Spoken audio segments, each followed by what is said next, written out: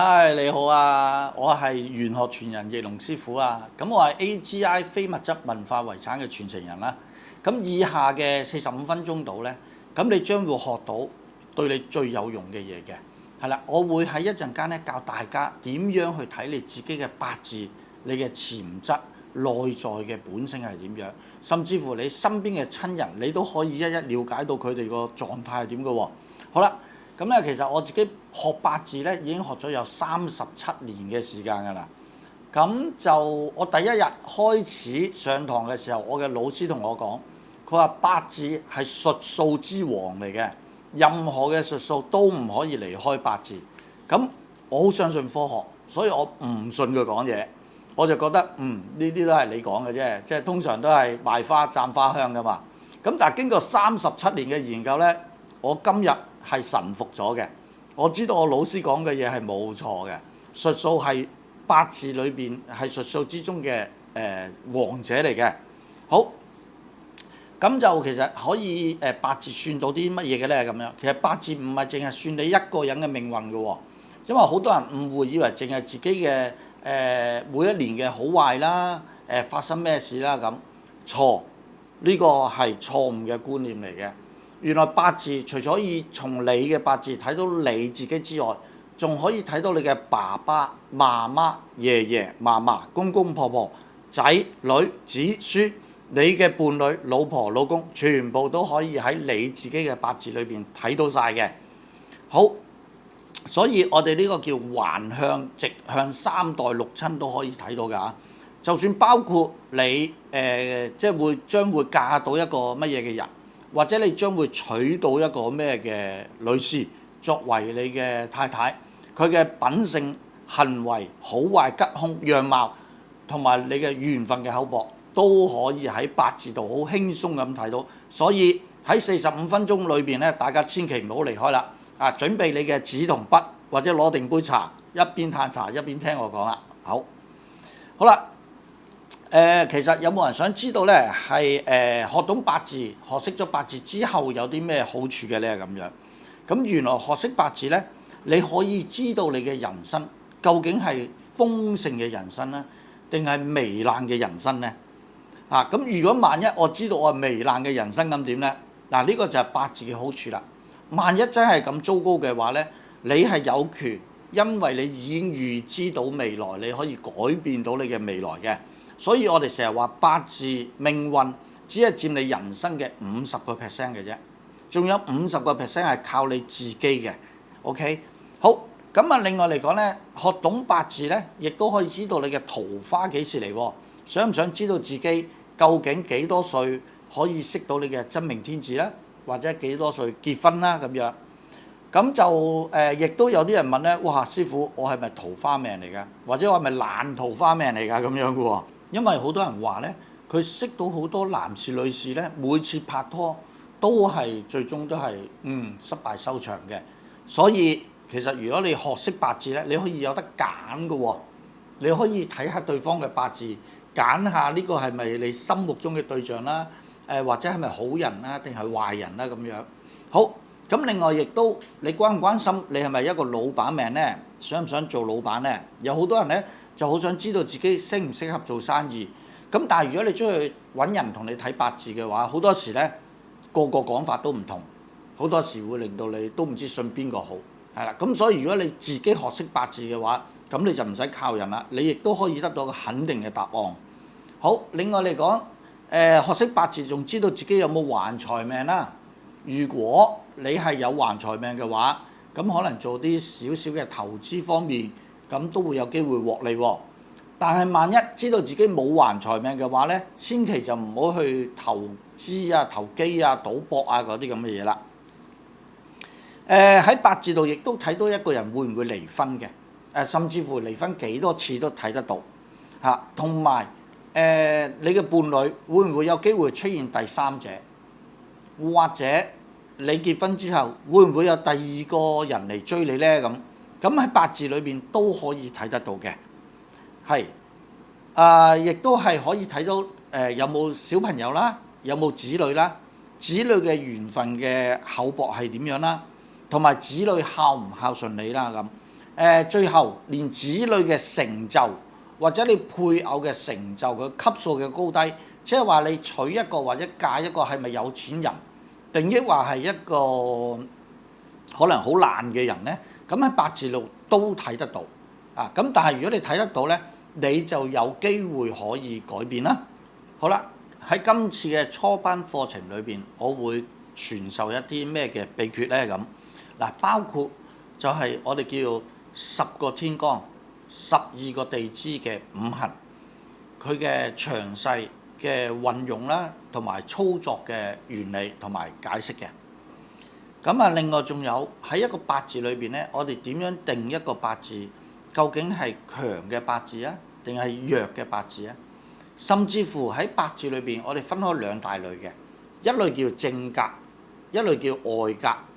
正格嘅意思咧，就係根據正常嘅五行生剋去作出一啲論斷，例如木生火，火生土，土生金，金生水，水又生翻木。咁呢一個叫正常嘅運作原理。咁但係喺外格嘅八字咧，就啱啱相反咗嘅。呢一個點樣為之一個外格？咁喺個八字初班課程裏邊會有好詳細嘅披露啊！咁啊，另外仲有咧就係專旺格嚇，或者重格或者化氣格，呢啲都係坊間可能較為少人教啦，又或者唔係咁容易學到真正嘅方法嘅。咁我自己覺得自己好幸運啦，咁因為我跟咗幾位師傅都係祖傳嘅，咁我就係傳承咗佢哋嘅技術，所以對於呢個八字嘅分強弱、正格、外格呢啲都係掌握都好準確。所以就可以好容易算到一個八字。咁所以咧，大家如果要學嘅時候咧，就聽多我個課程幾次，即係重複去聽咧，你都有機會成為一個大師級嘅。咁啊，另外喺課程裏邊，我仲會教一個叫做通根。咩叫通根啊？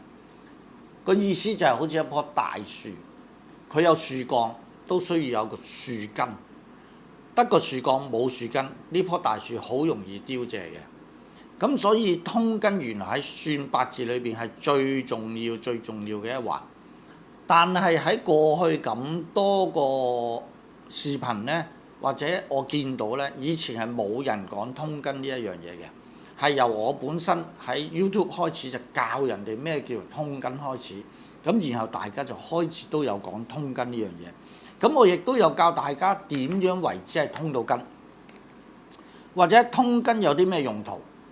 係啦，有咩好處，對你有咩幫助，全部喺個課程裏邊都有晒嘅。咁亦都會學識咗你個八字嘅命主嘅特徵啦，性格啦、行為啦、好壞啦，亦都好似頭先所講啦，包括你嘅丈夫啦、太太嘅特徵都可以睇得到。咁你就唔會揀錯咗人啦。好，另外仲有係早婚、晚婚、貧窮、富有，我都會教。或者你會唔會係結一次婚就到老嘅呢？定要話一生人要結2、3次婚呢？喺呢個八字初班裏邊都有教嘅喎。咁所以婚姻對你係一個幫助定係一個傷害，呢一點你都可以學得識嘅。另外嚟講，父母會唔會有助力咧？對你，或者你有冇祖業咧？攞唔攞到屋企嘅遺產咧？子女嘅品格好壞咧，都可以喺呢個課程裏邊學到。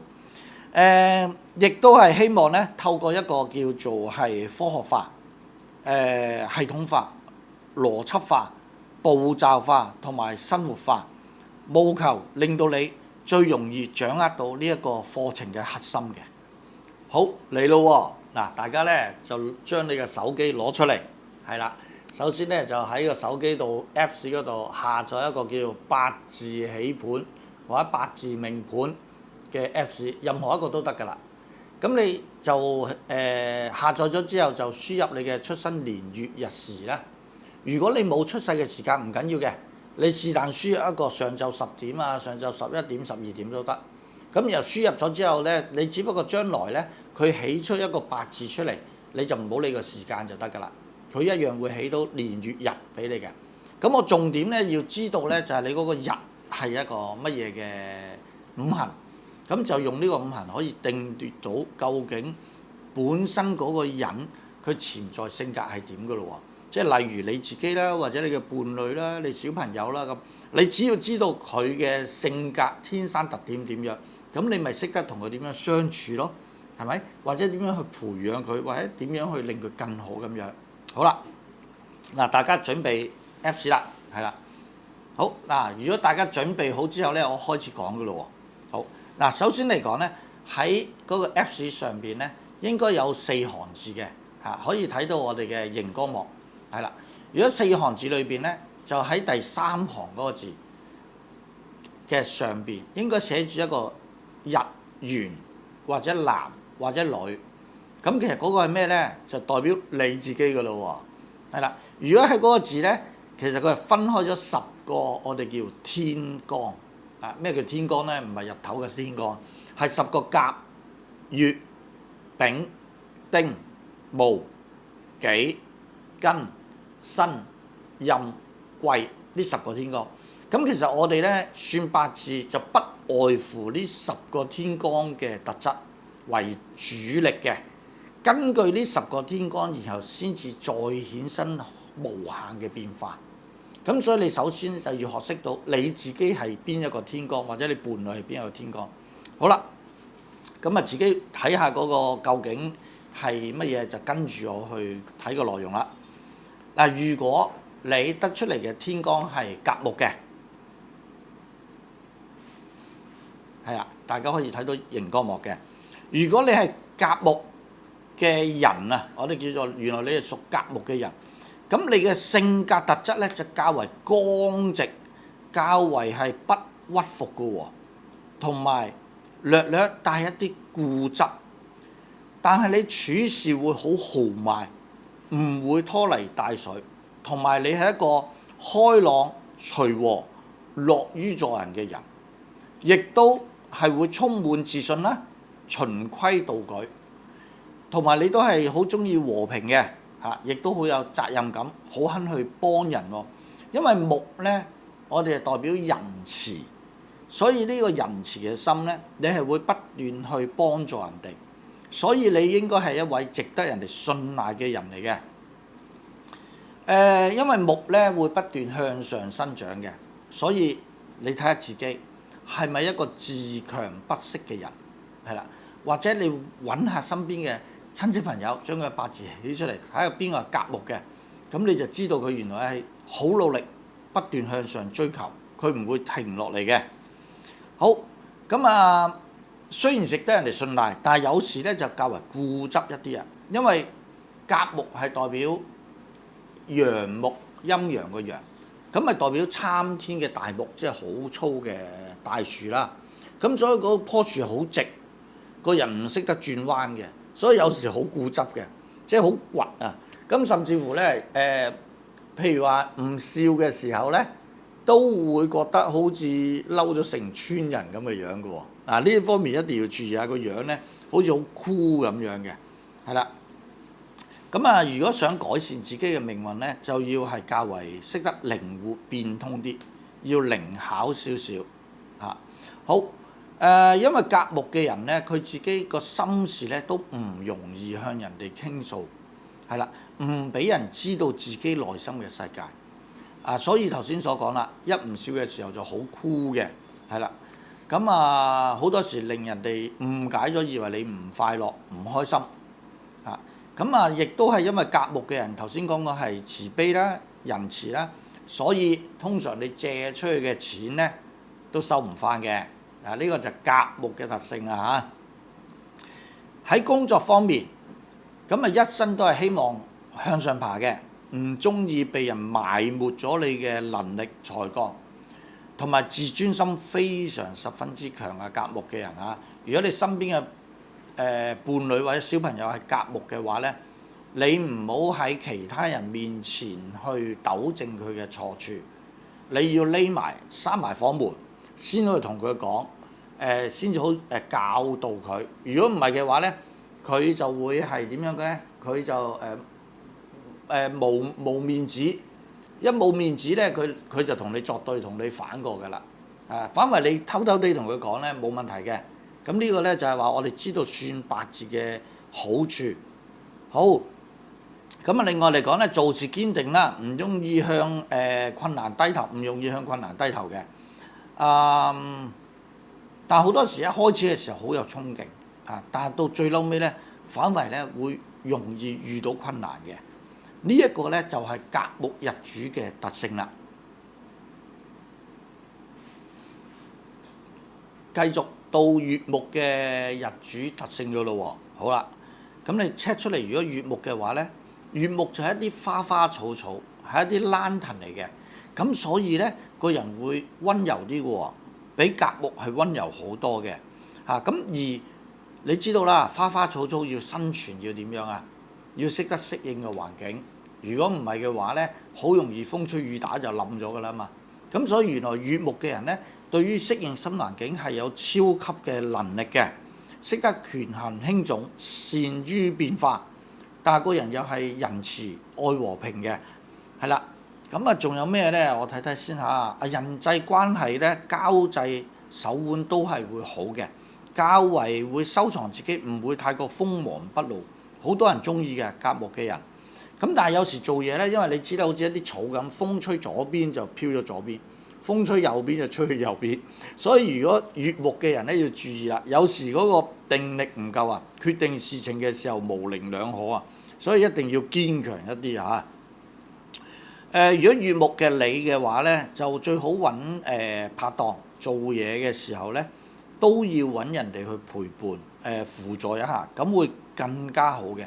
咁啊，乙木命嘅人咧，就會係默默向上爬嘅喎，即係做嘢咧唔會好張揚，不過其實個向上心都好強，同甲木係一模一樣嘅。好多時做嘢咧，開始嘅時候咧會較為困難一啲，但係當一上咗軌道，慢慢咧就會好順利。咁呢個就係乙木日主嘅特點啦。好啦，到丙日主嘅人啦，丙火咧就係屬於太陽之火嚟嘅，咁佢五行屬火，所以個人咧就會有用唔完嘅精力、熱情奔放，同埋較為聰明敏捷，亦都較為進取樂觀，對前景較為充滿希望嘅。咁逢係丙嘅人咧，就係有用唔完嘅力量啦，但係個人其實係好光明磊落嘅。咩嘢都揚晒出嚟講嘅，又唔會斤斤計較。但係好多時一同人嘈交咧，即係容易會同人頂頸㗎嚇。但係一嘈完之後，好快就忘記㗎啦，即係過咗氣就唔記得咗㗎啦嚇。好，咁就因為太陽之火咧係會照耀大地所有嘅生物嘅，咁所以原來丙火嘅人咧係好熱心、好大方、大公無私。亦都係好去幫助人哋啊，唔計較啊，係啦。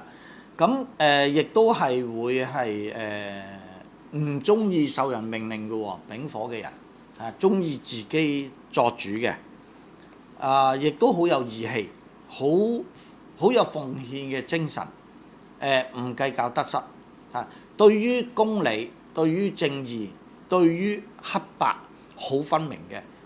唔會話做一啲灰色踩界嘅嘢咁所以丙火嘅人咧，通常最好做咩咧？做啲會計師核數嗰啲係最好嘅，因為一條線都唔過得佢嘅手個界㗎嚇。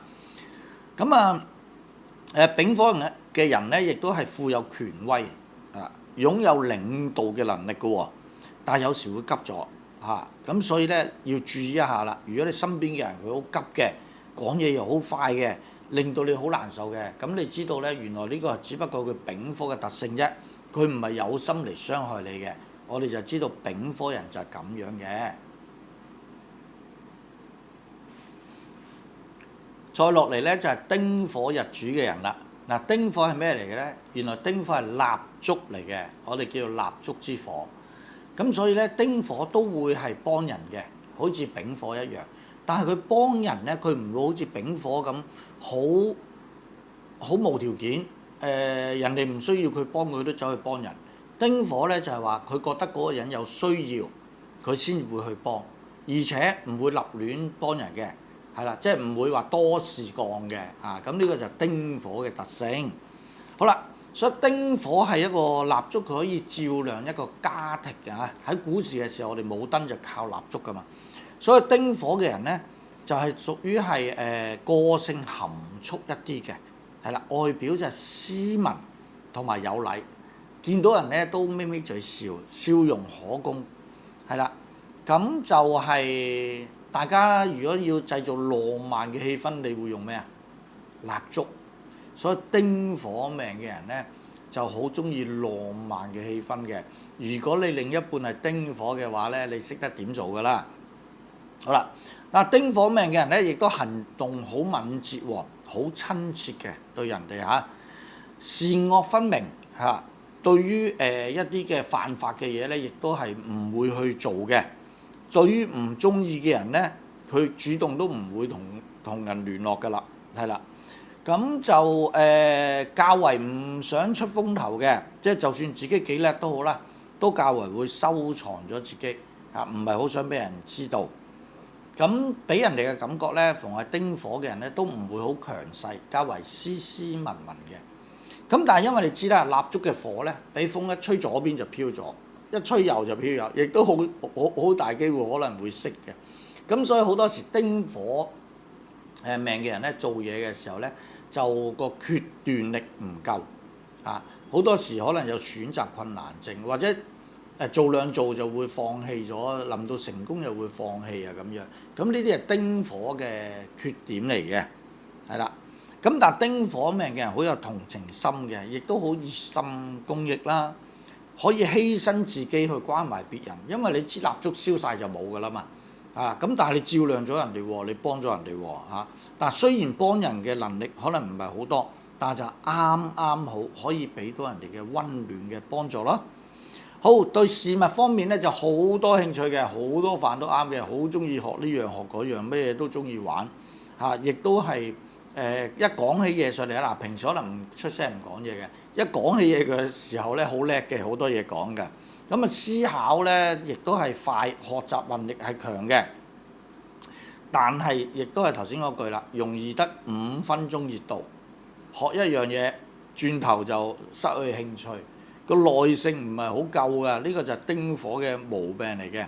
好多時咧一路努力之中咧，我哋叫做常常進中思退啊，係啦，明明向前行緊嘅就諗下想唔做，想放棄。缺乏堅持到底嘅毅力啊，因為火係飄嚟飄去，太過飄忽，亦都好多疑多慮，所以如果係咁嘅話，就會影響事業嘅發展，呢個必須要注意嘅。再落嚟咧就係戊土日主嘅人啦。嗱，原來戊土咧五行屬土，佢係陽土，係等於一嚿大嘅石頭或者廣闊嘅大地。咁你可以諗下一個人個性格好似嚿石頭咁係點咧？係嘛？咁你用呢一個聯想就得㗎啦。咁啊，所以戊土嘅人咧較為誠實待人㗎喎。我哋覺得佢係會穩健樸實一啲，或者講信用、講義氣、言行一致一啲，同埋係少啲講大話嘅嚇戊土嘅人。咁啊，戊土嘅人咧都追求宇宙嘅真理嘅喎，同埋偏向較為孝順嗰邊嘅，係啦。咁啊，做嘢方面咧會默默耕耘啦，但係有時會俾人覺得冇情趣，好悶，係啦，係一個悶蛋嚟嘅咁樣。咁啊，自己嚟講咧個防衛心都好強嘅，因為點解？石頭好硬啊嘛，你好難攻擊進個石頭裏邊嘅，所以佢咧。害人之心佢就冇，但係防人之心佢係有嘅。咁啊，亦都係令到一般人咧好難進入佢內心嘅世界。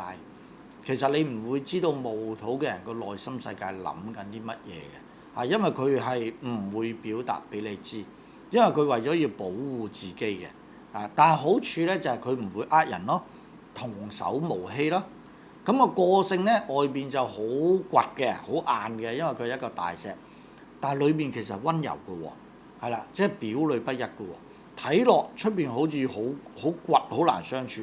但係你一同佢相處耐咗咧，你好容易俾佢同化咗嘅，係啦，即係其實佢係裏邊係溫柔。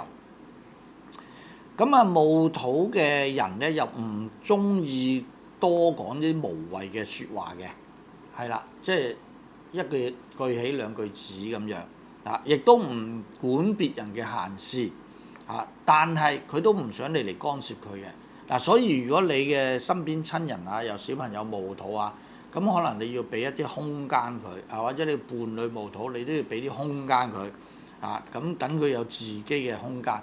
好啦，一般人嚟講咧，都好容易忽略咗戊土人嘅貢獻嘅。但係直至到呢個戊土人一離開咗工作崗位咧，佢哋先知道，哎呀，原來之前佢幫咗好多手嘅，先至覺得戊土人好重要㗎，咁樣嘅，係啦。但戊土因為係一個石頭，頭先講過啦，較為內心較為執着，較為堅持一啲事情唔肯放棄。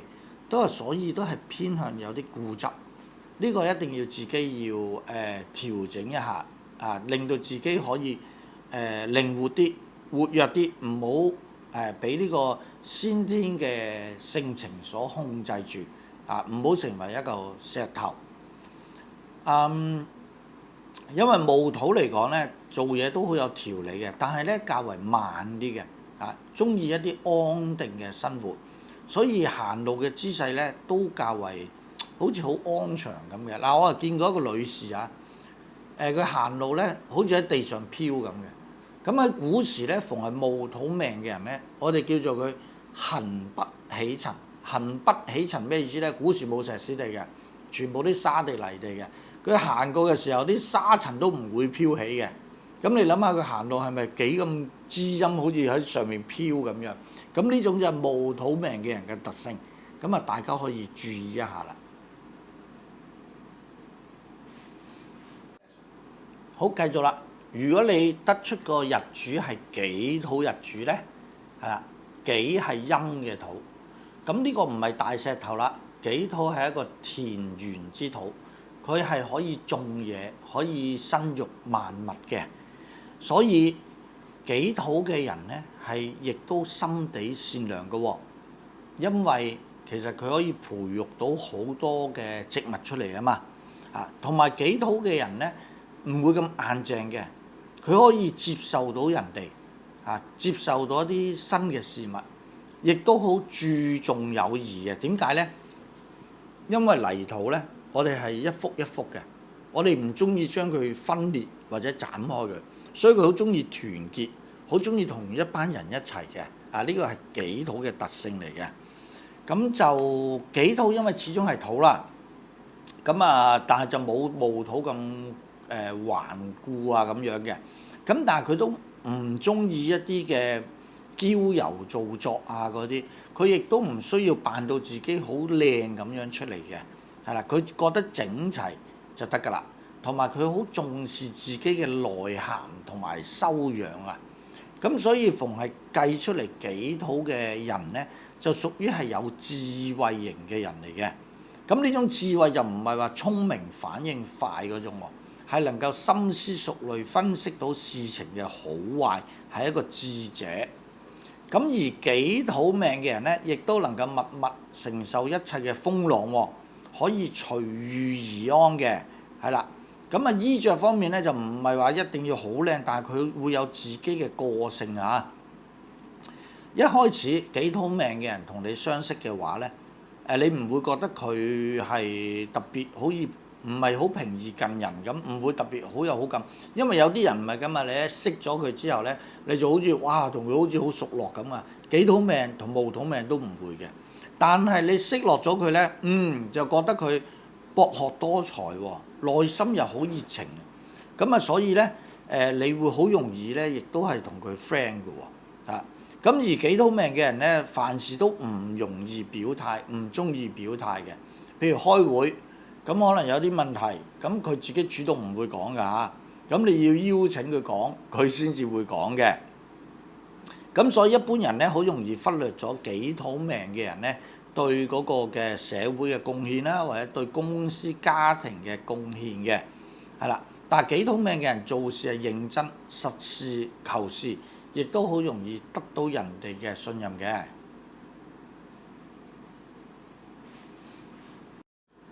如果計出嚟係庚金日主嘅咧，庚係陽金，庚金係咩嚟嘅咧？係代表刀、劍、斧頭、大殺傷力武器。咁所以一聽就知道原來庚金命嘅人個特性係點樣啦。庚金命嘅人咧，性格較為硬朗一啲嘅喎，勇敢果斷，外在俾人哋嘅感覺好強勢，食軟唔食硬，即係你唔好同佢鬥硬喎。如果庚金命嘅人，只能夠係以柔制剛嘅啫。咁啊，庚金命嘅人咧，較為豪爽，係啦，即係好似嗰啲咩事啊咁，即係嗰類咁樣啊嚇。咁啊，但係有時咧會急啊，意氣會輕躁啊，咁啊性情剛烈，但係咧逢係庚金命嘅人好講義氣喎，佢會好幫佢身邊嘅朋友啊、屋企人啊咁樣嘅喎啊，為咗佢哋可以兩肋插刀嘅，所以庚金命嘅人咧，我哋叫一個係合意嘅日主嚟嘅，有合意嘅心腸。咁啊，個性咧都好勝㗎嚇，即係佢同人哋相處嘅時候或者比賽都要爭第一㗎呢個嚇。咁同埋佢好直嘅，佢直到有時會得罪人嘅，係啦。咁啊言辭咧就無虛，就唔識講假話。總之即係唔識包裝啦。咁人哋好嘅讚人好，人哋唔好嘅就話人衰咁樣。咁其實呢個都係要注意一下嘅。咁但係其實呢啲咁直嘅人咧，好容易相處嘅，而且佢好打不平啊嘛。佢遇到有啲唔啱嘅嘢，即係一啲唔公平嘅嘢，佢一定會據理力爭，一定會出面，或者為咗其他人出面，絕對唔會委曲求全去討人哋歡心嘅。所以逢係庚金命嘅人都容易樹敵嘅喎，但唔緊要，因為佢好強勢啊。其實佢可以即係劈開一啲木頭啊，劈開一啲困難啊咁樣嘅。另外庚金命嘅人咧，眼神都係較為銳利同埋帶有威嚴嘅喎嚇。咁做事咧就唔怕困難嘅，百折不撓，因為佢一嚿金嚟嘅，一個斧頭一把刀嚟嘅。咁所以只有佢去呢個係控制人哋啦，想嚇佢唔會俾人哋控制得到嘅。咁所以佢係遇到困難嘅時候咧，跌低又可以起身，跌低又可以起身，好堅持去完成佢想做嘅嘢嘅。咁富有創造嘅能力同埋改變環境嘅能力。佢一旦決定咗佢要做嘅目標咧，就會勇往直前，好識得希望掌握到自己嘅命運嘅喎。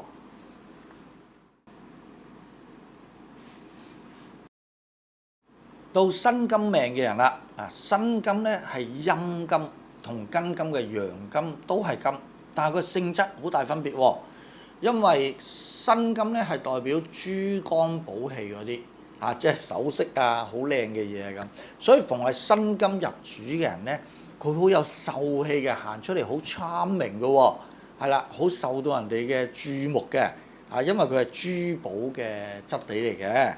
好啦，辛金命嘅人咧，較為一表斯文嘅，氣質不凡，溫文俊秀，生活衣着都有優雅嘅品味嘅，係十分吸引人注目嘅，亦都異性緣非常好喎，即係好多時會吸引到人哋咧即係嚟追求啦，係嘛？較為吸睛啊咁樣嘅咁亦都係好公平嘅主義啊，因為佢都係金嚟嘅，逢係金都係較為講公平，同埋係講呢個理據嘅。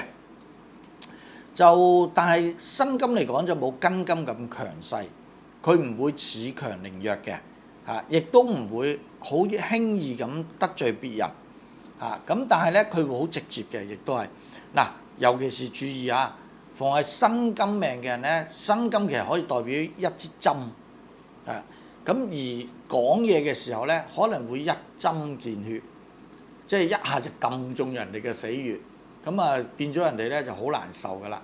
所以逢係辛金命嘅人咧，雖然講嘢唔多，但係一開聲咧就係好到位、好到 point 嘅咁你要小心啲人哋啲弱點你就唔好講得咁到位啦，如果唔係好容易反面好，咁辛金咧亦都好注重感情嘅喎，亦都好願意為團體所犧牲嘅。咁就但係有時咧做嘢就唔係好夠魄力啦，因為係得個靚字啊嘛，珠光寶氣就冇根金咁有強勢，咁有進取力，所以有時會優柔寡斷咗啲，猶豫不決。咁啊，亦都係注意呢個咧會有機會影響事業嘅發展嘅喎。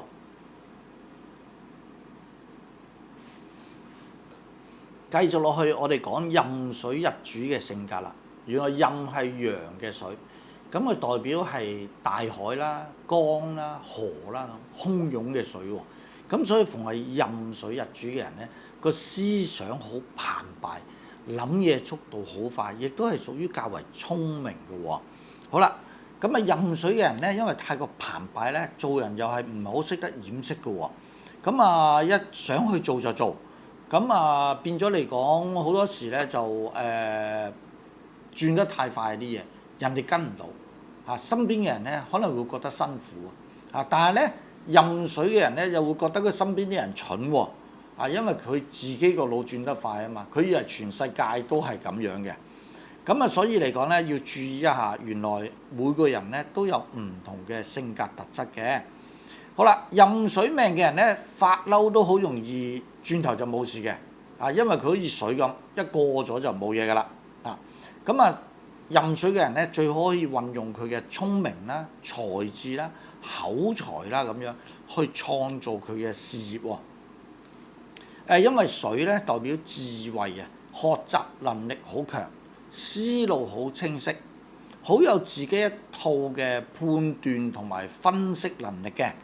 咁啊，工作效率咧當然都係一流㗎啦。咁啊，善於掌握機會，較為一個多才多藝嘅人嚟嘅，能夠以不同嘅角色去迎合周遭嘅環境。因為水本身就冇一個特定嘅形狀㗎嘛，佢放喺圓形嘅器皿，佢就成為圓形；放喺方形成為方形。所以佢對於個環境嘅適應力係非常十分之強嘅。佢唔係好怕一啲惡劣嘅環境嘅，喺最惡劣環境佢都可以慢慢咁適應到落嚟。因為水嘅聰明智慧咧，亦都俾人哋一個好似表裏不一嘅感覺喎。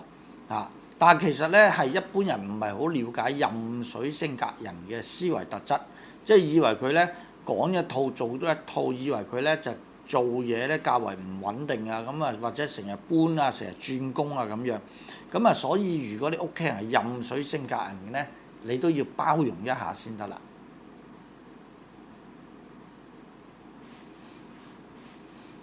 到癸水性格嘅人咯喎，如果你得出嚟係癸水入主嘅話咧，癸水係陰水，亦都係雨露之水，代表一啲雨啦，或者一啲係霧啦，或者細嘅水可以愛嚟灌溉植物嘅水喎，咁所以咧，原來癸水嘅人咧，亦都係對於人哋嚟講係較為幫助關懷嘅喎。咁啊，癸水嘅人咧，因為係較為陰水，我哋叫做陰陽嗰個陰嚇，咁所以外表較為平和啲嘅，冇陽嘅人咧咁剛強嘅。所以癸水嘅人咧較為柔情內向啲喎。大家有冇聽過話咩水做啊咁樣啊？女人係水做啊。咁啊，因為水咧就柔情內向一啲啊嘛。咁啊，富有同情心啦，容易關懷到別人嘅喎，因為佢灌溉其他嘅植物啊嘛。總係帶出一啲溫柔溫暖俾有幫助、有需要嘅人嘅。咁啊，人際關係亦都非常好。就唔中意同人哋正面衝突嘅，咁佢就好容易可以即係灑圓場啊嚇，將啲唔好嘅嘢將佢變成好嘅嘢。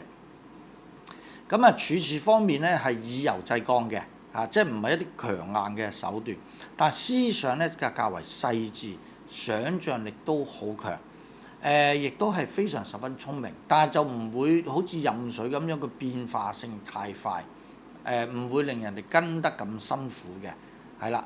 咁啊，癸水嘅人好中意浪漫嘅喎，中意浪漫嘅情懷啦，中意幻想咧，諗啲天長地久嘅嘢啦，但係會帶啲神經質嘅，係啦，但係都有冷靜嘅一面嘅貴水嚇，而且佢感情好細緻、好細膩嘅，係啦，要照顧人嘅時候就好識得照顧人嘅。對於工作或者事業上邊咧，總係想掩飾自己嗰個嘅競爭欲嘅，即係收埋自己，唔係好想俾人知。所以表面睇嚟咧就較為溫和，好似唔係好強求咁樣。所以亦都係好容易得到人哋嘅信任啦。同埋可以成為人哋嘅交往嘅對象咁樣嘅，係。咁就亦都係可以不斷努力發揮，係追求事業上邊嘅成功，同埋獲得上司嘅肯定。所以千祈唔好以為貴水係一滴一滴嘅水，大家應該聽過叫滴水穿石啊！佢溫柔嘅水，但係佢嘅努力咧，亦都可以令佢帶嚟好大嘅成功㗎喎。係啦，啱啱學完八字嘅基本資料，係咪好準咧？係咪你或者你嘅伴侶都會係咁樣嘅性情啊？如果你想知道更多關於你係咪老闆命啦，賺唔賺到錢啦，或者有冇偏財運啦，馬上報讀我嘅初班課程喎。我嘅初班課程咧，總共係有18個鐘頭，分開有46集嘅。咁或者我可以咧喺度好簡單咁講下我課程會教到你一啲咩啊？嗱，首先第一，我會教八字嘅起源啦，同埋陰陽嘅關係喎。嗱，陰陽關係好多人都搞錯㗎，好多人以為咧就係叫做甲丙戊庚寅啊，呢啲咁樣叫做陽啊。咁其實唔係嘅，陰陽唔係咁樣嘅。好啦，咁仲有五行嘅相生相克嘅關係喎。你知道相生相克嘅關係咧，你就會知道你同你親人嘅關係啦。咁亦都會教10個天干12個地支裏邊嘅詳細資料，同埋60甲子點樣得出嚟，同埋點為之旺弱，點樣為之正確起一個命盤，點樣調整你出世嘅時間喎。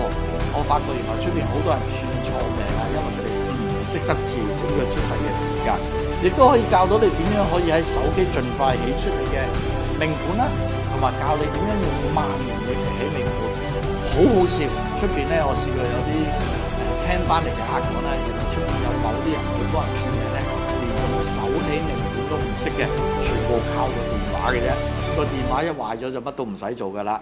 好，亦都可以學識到你點樣可以好快咁記得點為之合，點為之衝，點為之型，咁一啲特別嘅記憶方法，我都會教你嘅喎。咁最後嚟講咧，總共有46集，包括亦都有神煞嘅妙用啦，係啦，點樣揾出你嘅天賦，令到你提高你嘅命運，令到你得知到你自己命運嘅高低。咁呢個就係我初班重點嘅內容嚟嘅。咁如果你學習咗初班之後，你仲有興趣繼續學，你仲可以學中班、高班、深造班，或者實戰班都仲有嘅。但係你只需要學到高班咧，其實你已經可以成為一位執業嘅玄學家啦。咁我好多學生咧學咗1年之後咧，已經係出嚟去幫啲朋友啊，或者係正式去作為一門生財嘅技能嘅喎。咁就而家我嘅課程咧，原價初班係2880蚊嘅，但係而家做個特價。1800蚊，限時優惠，馬上撳下面嗰條 link 啦。